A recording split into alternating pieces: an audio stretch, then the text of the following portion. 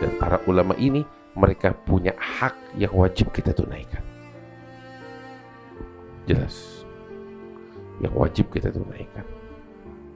Apa itu? Penghormatan kita kepadanya, pengabdian kita kepadanya, tunduk dan patuh kepada arahan-arahannya. Sebab karena rasa takutnya dia kepada Allah, dia nggak bakal mengarahkan umat melainkan kepada jalan yang lurus.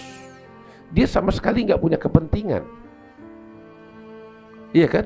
Dia menyadari dirinya akan dituntut akan amanat dan kejujuran ketika dia membimbing manusia ke jalan Allah. Setitik pun ada kepentingan yang dia sampaikan, dia akan dituntut pertanggungjawaban oleh Allah Ta'ala. Maka itu orang-orang yang mengenal takut kepada Allah nggak bakal melakukan segala kepentingan di situ. Dia akan murni menyampaikan ini agama apa adanya. Karena itu kita diminta haknya ulama semacam ini kita serahkan kepemimpinan kepadanya. Dalam arti kepemimpinan yang memimpin diri kita untuk sampai kepada Allah.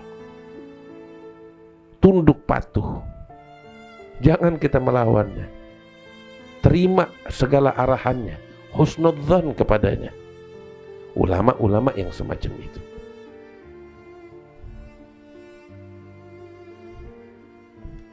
Habib, gimana kita bisa tahu orang-orang yang memenuhi dua sifat itu?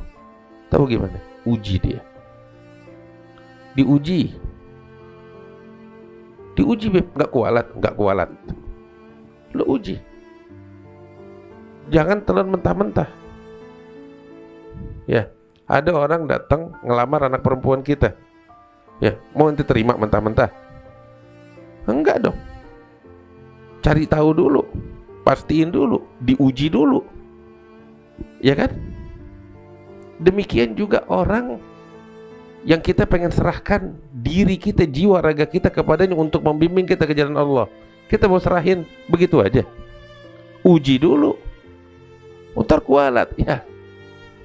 Jangankan dia, sekalipun orang alim beneran seperti yang Allah sebutkan, Nabi Muhammad aja, ya, kita nih disuruh jangan main telan mentah-mentah, sekalipun itu dari Nabi Muhammad. Uji. Loh, uji. Allah yang bilang dalam Al-Quran. Allah yang bilang, ini Muhammad aku sodorkan kepada kamu, uji dia. Uji dia, cari cacatnya dia. Buktikan dia ini pembohong atau orang yang jujur. Cari tahu tentangnya, gali terus. Itu Tuhan yang nyuruh. Jangankan Nabi Muhammad, Al-Quran sendiri Allah bilang, nih ya, kamu uji dia. Coba kamu lihat, satu di antara dua, ini kalamullah, firman Allah atau bukan, kamu uji. Silahkan, nggak ada yang disembunyikan kok. Uji dengan jujur, dengan metode ilmiah. Kalau emang kamu dapetin ini bukan kalamullah, buang. Tapi kalau memang kamu dapetin ini terbukti sebagai firman Allah, lantas kenapa kamu tinggalkan? Kenapa kamu berpaling darinya? Demikian Nabi Muhammad, uji dia. Orang biasa apa orang istimewa? Nabi apa bukan? Cari tahu, buktikan. Uji. Para sahabat dulu menguji loh. Ada satu orang Yahudi namanya Zaid ibnu Sya'nah. Itu menguji sosok Nabi Muhammad depan umum. Kisahnya terkenal. Dia datang, ya, Nabi kebetulan berhutang kepada Zaid bin Sya'nah. Zaid bin Sya'nah ini seorang Yahudi. Nabi berhutang sekian banyak untuk kepentingan umat Islam. Tahu-tahu lagi satu kali Nabi lagi duduk di masjid dengan para sahabatnya, Zaid bin Sya'nah datang maki-maki Nabi Muhammad depan umum. Dimaki-maki habis-habisan. Sampai dipermalukan, Nabi dibilang sama dia, dikatain, kalian ini anak keturunan Abdi Manaf cuma bisa ngutang tapi nggak mau bayar, digituin. Sahabat dengar gitu ngamuk. Kita kan dengar cerita sekarang nih, ente bayangin kita lagi duduk, anda ngajar di sini, tahu orang masuk begini, maki-maki aneh. Enak gak dilihat gitu? Gak asyik kan? Nah ini Nabi Muhammad dimaki-maki sama orang depan sahabat-sahabatnya. Sahabat-sahabat ngamuk semua. Umar bin Khattab gak banyak ngomong, dia keluarin pedangnya, dia taruh ujung pedangnya di leher si Zaid ini. Bilang sama Rasulullah, ya Rasulullah izinkan saya, tinggal saya tarik tebas kepalanya ini orang. Nabi Muhammad bilang, ya Umar jangan. Ya Rasulullah dia kurang ajar, ya Umar jangan. Saya dan dia, kami berdua lebih membutuhkan sesuatu yang lebih bermanfaat dari pedangmu itu. Umar bertanya, apa yang lebih berguna dari pedangku ini ya Rasulullah? Nabi bilang, saya dan dia membutuhkan yang lebih manfaat dari pedangmu adalah nasihat untuk saya dan untuk dia.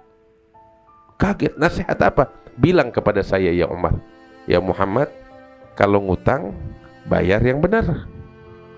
Itu nasihat yang saya butuhkan. Dan bilang kepada Zaid, ya Zaid, kalau nagih utang, nagih dengan cara yang baik. Ini lebih berguna dari pedang kamu ya Umar. Lah, kan yang jahat si Zaid, kok malah yang dimarahin? Oh, itu Nabi Muhammad. Akhirnya Nabi Muhammad bilang, ya Umar, bayar utangnya dia sekian. Kebetulan duitnya Nabi dipegang Umar, bayar. Ya kan mau ngomong apa Umar, nggak bisa, perintah dari Rasulullah. Terus baru jalan 2 langkah, ya Umar, utangnya sekian, kasih bonus sekian bakal dia. Rasulullah, bonus bakal nih orang kurang ajar, kasih dia bonus. Kenapa? Utang oke, saya bayar, tapi ini bonus apaan? Dia sebagai apa namanya, tebusan apa? Kamu tadi nakutin dia dengan pedangnya, ganti rugi kamu nakutin dia dengan pedangmu. Gak bisa ngomong Umar bin Khattab. Akhirnya udah bawa ke belakang masjid, kasih utangnya, kasih bonusnya. Umar mau angkat kaki, tarik sama Zaid, ya Umar ntar dulu, mau apa lagi?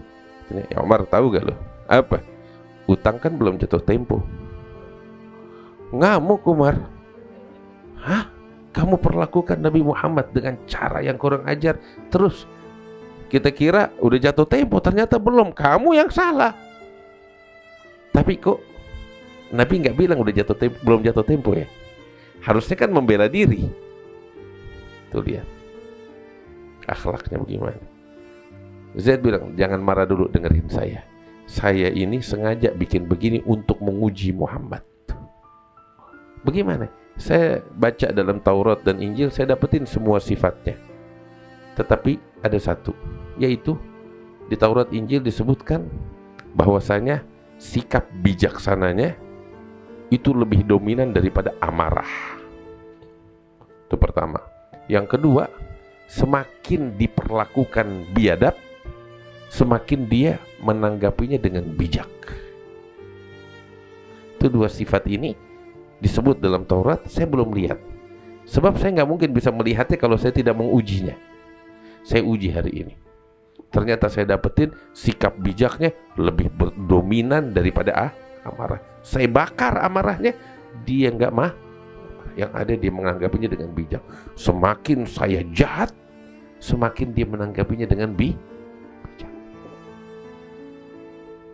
Sekarang ayo antar saya ke Muhammad. Balik kepada Nabi Muhammad, dia bilang, ya Rasulullah, saya bersaksi engkau adalah utusan Allah, tiada Tuhan selain Muhammad, utusan Allah.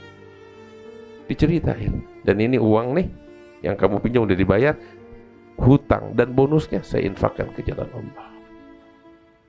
Pas syahid di sini yang perlu kita fahamin, Muhammad SAW yang agung itu uji dia.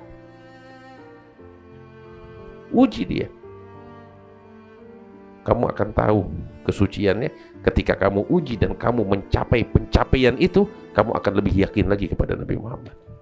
Itu Nabi Muhammad, itu Quran, apalagi ulama yang manusia. Uji mereka untuk kita tahu ini benar gak masuk kategorinya. Innama yakhsyallaha min ibadihil ulama. Jangan main kita telan mentah-mentah karena cuma dengar ceramahnya yang enak, yang bikin orang nangis. Jangan. Tapi uji pribadinya. Berapa banyak yang tergelincir dengan harta dan wanita? Ayo. Boleh. Uji. Silahkan. Kalau memang lulus ujian, maka layak untuk diperlakukan dengan hak-hak yang disebutkan di dalam hadis. Kalau enggak, jangan sampai kita tertipu. Iya. Dan satu lagi, sekalipun mereka udah teruji sebagai ulama, ambil kabar. Tahu apa? Mereka manusia. Fahamin itu. Mereka bukan nabi yang suci. Mereka bukan malaikat. Mereka manusia. Ente coba deh jadi bininya dia. Ente bakal sadar kalau dia manusia. Benar kan? Semulia apapun, sesuci apapun, setinggi apapun, sehebat apapun, setakwa apapun, ya, dia manusia. Yang paling menyadari kalau dia manusia, tahu siapa? Bininya. Jadi fahamin betul, dia manusia. Jangan nempatkan dia di atas porsinya. Kamu yang nanti bakal rugi. Kamu yang bakal kecewa. Nanti kamu salahin dia habis gitu. Nah, mereka manusia. Mereka punya amarah, mereka punya nafsu, mereka punya syahwat, dan lain sebagainya. Fahamin itu.